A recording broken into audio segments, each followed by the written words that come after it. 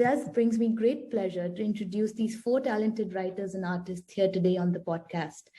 Over the next, hello and welcome to the first episode of the Blahcksheep and the Unredacted special podcast series on religion.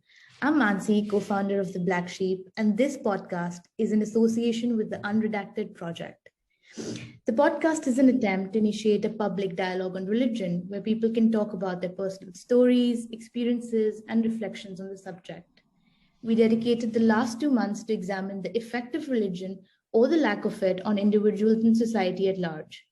Based on our open call for submissions, we received a plethora of personal essays, poems, and visual art from people across the world, but 4 of these entries really stood out. Next hour, we will be discussing the question of religion in detail and what it means to each one of us at a microcosmic level. First up, we have Marina Leva, a visual artist from Russia, who pursued academic painting from the Faculty of Industrial Design at the Udmurt State University. Her art is deeply seated in divinity, and for her, every physical object is a battlefield of light and shadow. Contrary to academic art, she goes beyond the palette of industrial colors and interacts with a range of other colors that excites her field. Privet, Marina, would you like to tell us a bit about yourself, your work, and your views on religion? Hello, everyone. My name is Marina. I'm a painter. I live in Ijevsk, a city of Russia, a city over 1,000 kilometers east of Moscow. My region, my area is called Udmurtia. I think this is one of the most mysterious areas of Russia, because few Russians know about our culture and about our small nation. A small nation who lives here has very interesting tradition. Their exotic tradition forms my worldview. They were pagans. They sacrificed livestock for numerous gods and spirits who rule this land, our land. So they gods and spirits represent natural elements. There is no place for a human. Human is nothing. Natural is a superpower. I am orthodox, but I think orthodoxy is national identity and its all.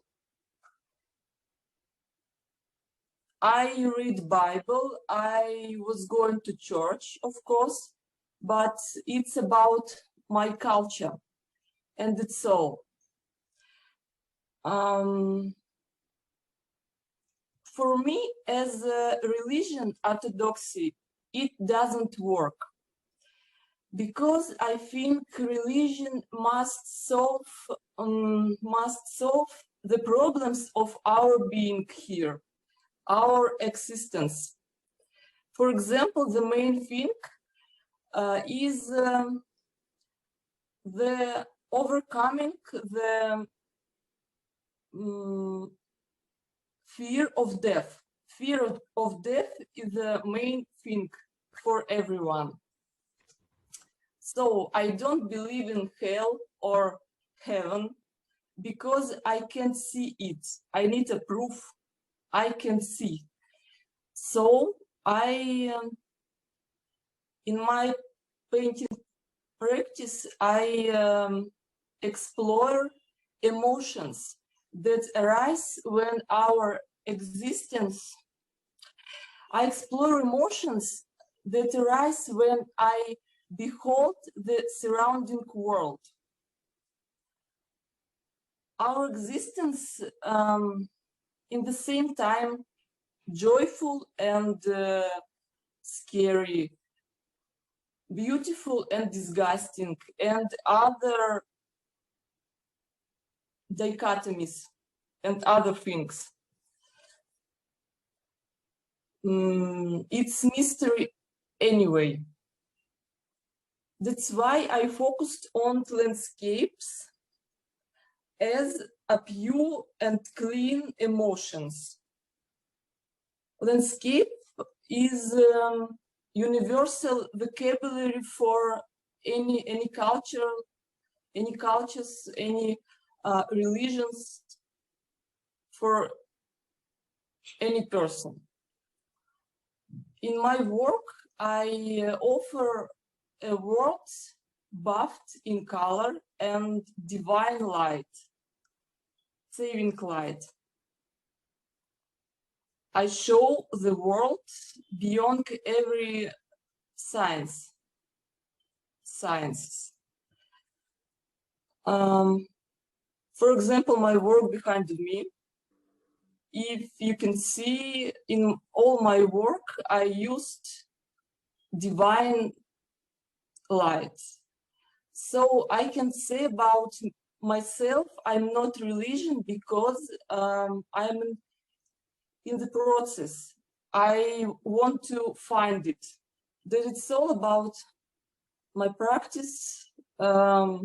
Painting for me is a way, is a long road for searching. It's very interesting how you said that for you orthodoxy doesn't work. Why would you say that? And what kind of influence has that brought in your art, apart from the colors and the divinity and the divine light that we can see in your work? Divine light for me, it's mysterious, it's a secret. I don't know what is this. And why Orthodox doesn't work for me? I think religion should give ready-made solutions. I can't see it. For me, it doesn't work. Do you like attending church, or do you still go to church? Do you still pray, and do you still worship anything in any form? Or do you feel like art is a medium to worship, to express your religion?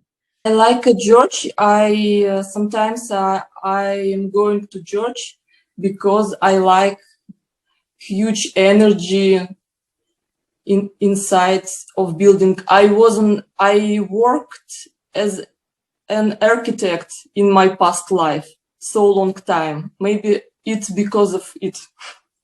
Right. Church, is creation of people. It doesn't. It's not enough for me. You also happen to say that religion must solve the problems of our existence. So, what, according to you, are the problems that society is facing at large, and how can religion sweep in, or how can the problems be addressed if not religion? Is there any other thing that you would like to add now about yourself and what religion means to you? If you had to give like a closing word for what religion means to you and your art. Mitra Visvarasan, am I saying it correctly? Mitra Visveswaran.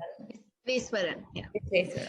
Mitra is a 23-year-old poet from Chennai, India. She's a student of psychology, lives by the sea, and likes to write about relationships, emotions, desires, and the body. In her words, she also identifies as a cat sometimes. Mitra, welcome to the podcast, and I'd like to jump straight into the poem you'd sent. For our audience, would you like to perhaps read out an excerpt or the full poem, and also talk about how you feel that religion interplays with gender? Because in your poem, there is a strong mention of gender and religion interplaying. The two themes are interplaying. And after you've read out the poem, I also wanted to ask you if you think that, do you think that the burden of rituals in religion is borne by women in any religion, not just Indian religions? So you're asking me if I think that when you call rituals a burden, are you talking about the execution of them or the brunt of it? Right, as in doing pujas, doing fast. Yeah. I think that the women have borne the brunt of most things that we've had to do in society. So in rituals as well, yes. I mean, men do perform rituals, but women bear the brunt of it in several ways. First, I'm going to begin maybe with the poem, and then we can get into this in more depth. Sure. Just a moment. Let me pull it out. All right. My friends and I make fun of God. He's a shriveled up prune by our doorways, naked and like a raisin, a wrinkled knob of our imagining. It's a childlike cruelty that has us do so. God, God, God, now a poor old sod. Look at his little shrimp, sad and out of water. Man made God, while woman sat and watched and blinked. Now we defile him with laughter and mere words. How easily, how dizzily, drunk on this easy power. Pious schoolgirls come running at us with razor-sharp teeth, eyes popping from their sockets, an ungodly sight, really. We tell them, woman girls, look, you didn't make this man. Man made this man. Don't love a sod that pretends to be a god and has echoed through man years, burrowing through your canals and coming out of follicles as mustache hairs. Man made God in his image, and man made woman his little bitch, and said, God said. And woman echoed, God said. Woman, God is dead. He's dead. Look at him. Soft wool skin, falling in pools, croaking out his last breath. He is not your God. Praise him so he may sleep well. Close his wry eyes gently with your cool fingertip. Woman, be a soft blue fire. Warm this child to sleep and birth a new one. That was so powerful. That You want to tell us what compelled you to write this poem and take us through what you feel on religion in general? The base of this poem came from anger towards men, to be honest. And there's this particular tone of voice that I take, or me and my friends take, when we talk about men that we're angry with. And so that's the tone that runs through most of the poem. Why did I choose the subject to be God? Well, because I thought of the most supreme man there could be, the most supreme manpower there could be, and that's God, because we all think of God as a man, or at least I have through my life. So when we say God, it's a man. And so I'm just like, okay, this is the most divine man. Now I'm going to defile him. You know, not in a, I'm mad at him. I'm just going to be like, dude, you ain't shit, like whatever. So that's the sentiment that it's coming from. And then it sort of evolved on the way into, hey, wait a minute, why is God a man? And how come the whole of religion is against women? That means a man made God. I mean, a man did make. Men have written cultural texts and stories and have carried religion on their shoulder for years. Women have participated in it. And almost, I mean, the portrait of a woman in this poem is very sort of passive. And she's just like, oh, yeah, I mean, everyone's saying it, so I guess that must be the truth. So the fact that we're just echoing things that have been told to us by men, the fact that all these sentiments that we hold so deeply towards religion and God are mostly men's creations, is what, this poem is trying to say. And in the end, sorry? Go ahead. I just wanted to know if you worship idols in any form. Would you worship female idols, or is there any form of worship for you? So when you say worship, I'm going to say yes, in the sense that I draw power from a lot of symbols, but they're not restricted to one religion. I'm not faithful to a religion. So then I don't think I'm religious. I just think that religion and religious symbols are great units of cultural information. They have so much. They have stories, they have meaning, and they have depth. So that's what I like about them. But yeah, to that extent, yes.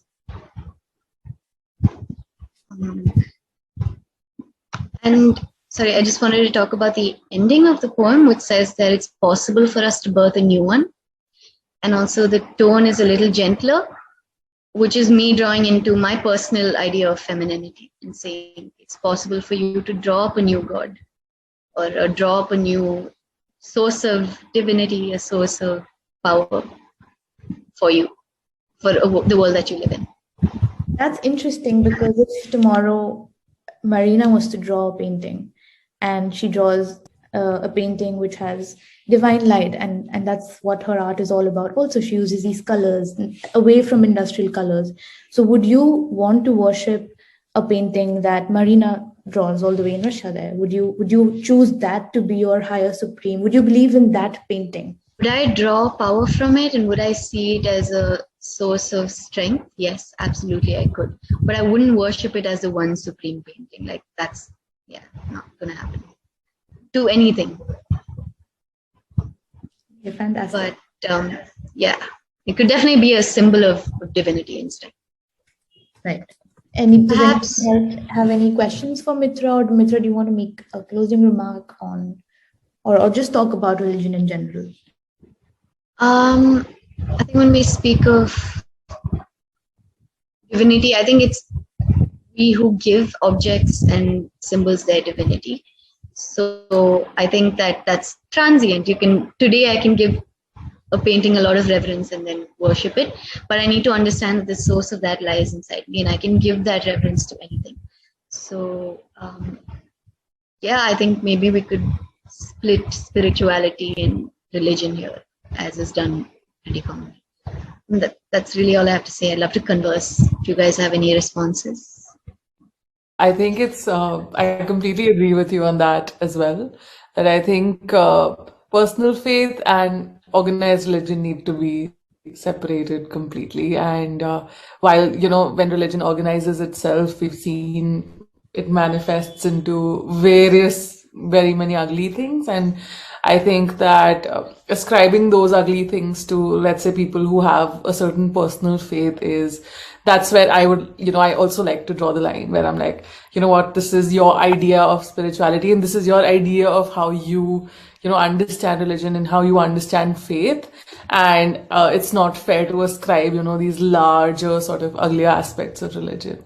So yeah, I completely agree with you on that distinction. And all of these uglier aspects of religion and the things that we end up doing in the name of religion, they do originate from us. I mean, they are groups of individuals that go towards that kind of behavior. And I'm just wondering if you can reflect on why that is. Marina said something super interesting where she said that I would love for religion to have ready-made solutions, right? And for me, what I've seen on the basis of what I've seen, most religions that have tried to do that have tried to, let's say, tell you that, okay, this is how you're supposed to live life. Just that causes so much problem. It causes so much disharmony, because that is, literally trying to control large swathes of people. You're trying to, take away personal autonomy, take away, you're trying to essentially impose on people what your faith should look like, right? And that's the issue with rituals as well. When you're lost in trying to perfect a ritual rather than just trying to maybe understand what your faith is, or how do you think of God, or what do you think when you're doing anything related to God, right? When you step into a church, when you do a puja, right? But you're more careful about how to do this ritual than actually focusing on God or whatever your personal relationship would be.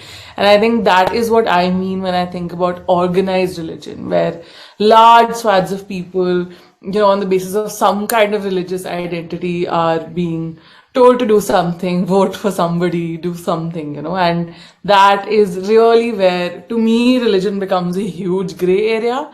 And the moment, like, for instance, you spoke about how you like to differentiate spirituality, that to me is really wonderful. Like, that to me is that one redeeming thing about religion, which is that, okay, people gain power from it, and you're so right that the power is within you ultimately. And, idols or things or books that demand that reverence from you is, again, a point which is gray and which is difficult, because not everybody feels that way about, those things, and that it causes so much conflict between communities. But once again, once people, sort of dive deep, realize what their personal relationship is, that I think is the most redeeming thing about religion. That's, yeah, in my opinion. Can we agree that religion does inherently have a sense of spirituality in it? Like, is that something you guys think is true? I think Religion so. is spiritual? Yeah, I think it. I mean, just the fact that you're being for any X, Y, or Z reason, you're trying to place your faith in something abstract, I think is good. I think that has merit to it, because we're all chasing things that are solid, certain, etc. So I think things that are largely abstract or gray, in my opinion, I think that deserves a little merit. But yeah, my thoughts are not completely cemented yet on. Yeah, and even personally, I feel like I was born into a Hindu family, but I chose to be a part of Nichiren Buddhism, which is a strand of Buddhism that only focuses on being your best self and being the best version of yourself. So I feel like I do identify with the spiritual angle of religion, but not religion per se. And like as Nikki said, because then it manifests itself in really ugly forms. So that is not something that I relate with. We can come back to this. I would just like to go to our next speaker. We have with us Nikhil. Nikhil Poddar is a 26-year-old writer from Kolkata and Bombay. His collection of writings, Everything Happens for a Season, is out now. Thanks for joining us, Nikhil. And your submission for the open call happened to be a heartfelt personal essay about your relationship with your grandmother and her relationship with God. So my question to you is how do you think religion pans out in families, especially growing up in a devout country like India? And what would you like to talk about your story and what compelled you to write this? I'll begin with the last question first because as a writer, the first thing I do anytime I feel anything is go and write. What compelled me to write this essay was was nothing related to the essay at all. It was my grandmother came to my room. I'm back in Calcutta because of the lockdown, and my grandmother came to my room, and I was like, yeah, wise old woman has come to my room and again get to know so much. And she came, she sat there for like half an hour, and all she did for half an hour was speak about God. She did not ask me about my day. She did not say anything about herself or what she was doing. She asked me if I read the Bhagavad Gita. So I told her I'm listening to an audiobook. Then she told me she asked me what an audiobook is. I couldn't explain it to her. And after that entire conversation, I wrote this essay, and while I was writing it, I started thinking about how religion permeates like my entire family. Um, every occasion that we come together for, or more people in my family come together for my relatives with my family, it's mostly religious occasions. And mm, like we do say that family is always because of blood, but there's usually people don't come together just to hang out. There's some religious reason that's going on behind, in my family at least. And when I wrote this essay, I wanted to speak specifically about my grandmother, and because I feel like she's very talented, and there could have been a lot more that she could have done if she gave up this garb of religion. But I do understand where she comes from. But yeah, I wanted to see like what our relationship could have been if there was less of religion between us. Correct me if you're wrong, but you've grown up and you've chosen to be an atheist. And so, how has that experience been like growing up in a religious family like yours? Mm, like while growing up, seeing everything that was happening in a pretty normal like Hindu family things, I couldn't relate to it. I was always trying to find a reason why we worship the things we do, who these things are that we worship. I remember mm, like a very long time ago, one of the first few things I wrote when I ever started a blog was trying to explain why Hanuman was probably a Homo erectus, and in between the development of a monkey and a man, and then we were like, "Huh, this must be a monkey man." So many years, and like then another thing I wrote was um, because my grandmother keeps talking about the Bhagavad Gita. As a child, I wrote about I couldn't understand why Sri Ganesh had to come down to earth and then break his tusk to write the entire Gita. Why did he just not come with a pen if he was such a mighty god? And trying to understand religion was just not happening. And if this is something that is supposed to help me understand the planet and the world, and I can't understand what it is in the first place, I couldn't relate to it. So I was like, I'm going to believe in myself. When you were growing up, were there any idols that you found that you could relate to, or for being an atheist? Not really. Like everything that I saw was just weird to me. Like I couldn't understand any idol. I didn't understand why there were so many hands on every word. Sorry? Any role models growing up that influenced you to walk on this path? Oh, definitely. While growing up, I'm not so sure. Like, but in my teenage years, I used to read a lot of rational science fiction, like authors like Ted Chiang, who try to explain things in a different way. And just knowing that there could be a scientific way of things as well if religion wasn't there was very interesting to me. That's when I thought that maybe this is not for me, and it's mostly authors. Right now I can think of Ted Chiang, but there's probably a lot more. And my last question to you, and I can open this up to the entire table, and then we can have a chat about whatever else we want to. But if not religion, that, you know, in your story you've so beautifully written about how religion is also kind of binds people, but it can also divide intergenerations, like inside generations. So if not religion, what would be a common connector for us? What would unite people if there was no religion? And we all can kind of take a shot at this. Many things unite us. It's the divinity that we give them that sort of keeps us faithful to. Like, for example, countries in nationalism, that's a separate category from religion, but sometimes it's organized because of religion. So actually, that's an interesting thing. Do you think religion is a supreme, like, dividing factor, like, because it's divine literally, or do you think there are other categories that are as strong? I would say gender is, actually, because it has its holes in your biology. So maybe gender, but yeah, religion isn't above gender. So I think gender might be above religion. Or as a common connector, I mean, what can be this thing connecting us if not religion? Maybe music, maybe art, maybe drugs. I mean, how else can we identify with each other if there wasn't any religion in the first place?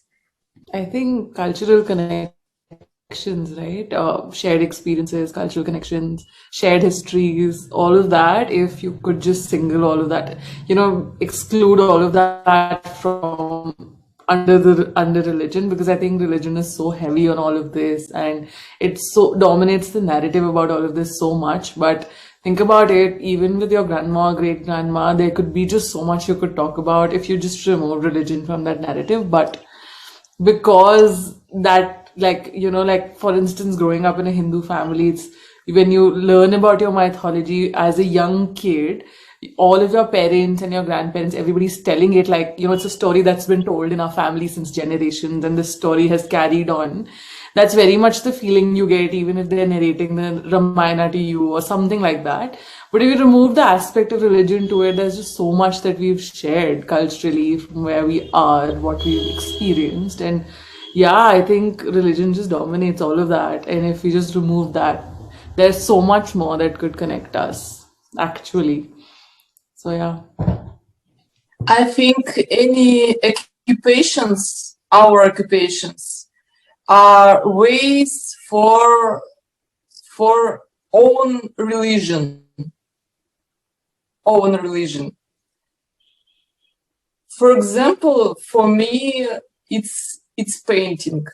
So if you think if we were to reimagine a world without any religion, I mean, how would it be, and what categories would we all fit into? If not Hindu, Muslim, Christian, if how would we? Your answer could maybe is we are occupations, or art, or music, or would there still be a divide? Is what I want to ask, or would we all be under one big umbrella? Or do you think in a world without religion, we'd still be divided in some way or the other? I'd like to say that I think people will definitely find a way to divide themselves one way or the other.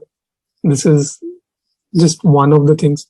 But one thing that could connect people if religion didn't exist was anything that they love. Anything that you love doing, and if someone talks about it passionately, you can instantly talk to any person who's talking about anything that they actually love doing. And in context of like this essay, since we are talking about my grandmother is an excellent embroidery artist, and she makes all these beautiful dresses and like flutes and I God knows what all for the idols kept in the house.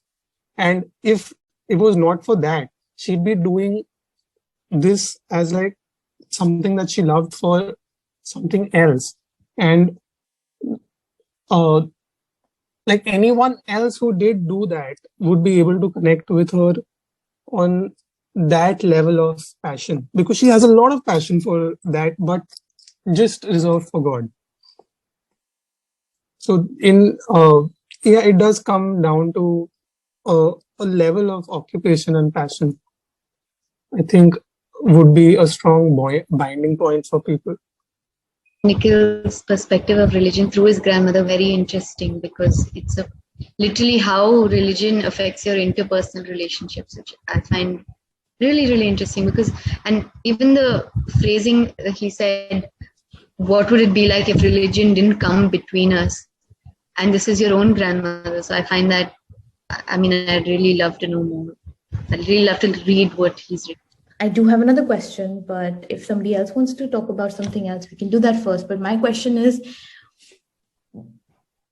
do you believe in faith? Do you believe in destiny, in astrology? And I just want to know if you don't believe in religion, is there any other thing like astrology that can also, I mean, it's just a fun question. It doesn't have to be so serious.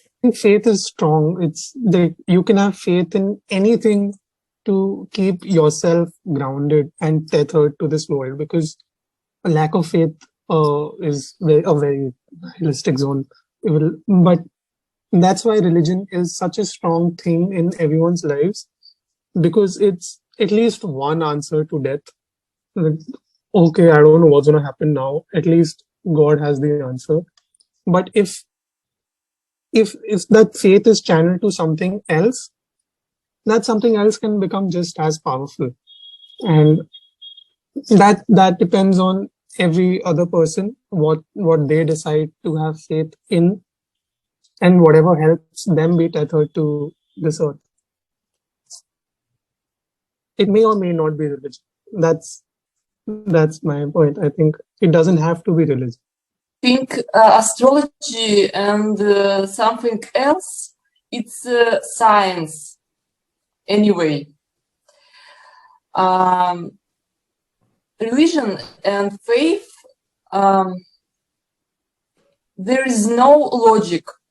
This is absolutely believe in something.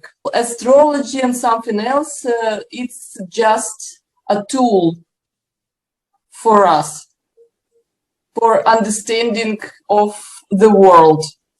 Faith for me is saving thing for surviving. I think what Marina said super interesting. It is one thing that I've seen in a lot of people who are very devout is that it's very relieving for them to have something to fall back on when things get tough. It's like leave it up to God, leave it up to somebody who's gonna take care of it. And that undying faith, I've seen it gives people a lot of relief. And I'm pretty much in the periphery of being an agnostic, which is that like I don't really deny the existence of God, but I don't really believe in it either. And when I see that in other people, I get a bit jealous also sometimes because I'm like, wow, like you do have, that faith in some things, an entity, and you're able to just like give it up to them and be like, okay, now they're gonna handle it for me from here on. And the responsibility is not on you to fix things or like when things get tough, feel everything. So I think that aspect of it for me is super interesting. It always has been, where people are just, they're so devout and they believe in something so much, and it brings them so much like relief and all of that. But otherwise I wouldn't know the answer to your question. Really interesting that even if people aren't religious, they're always faithful to something, or they have faith in something. I mean, I'm just trying to ponder if it's possible for a person to exist without faith, because you need something to fall back on, and you need something to believe in that tells you that, okay, the world is not, completely black and dark. There's something there, which I find so interesting, because then that's the one uniting thing, faith in something. That's what we have in common as human beings. Yeah, I think this was a fun session, guys. And I'm so happy that we got together to do this. Then thanks, Marina, for joining us all the way from Russia. This was great.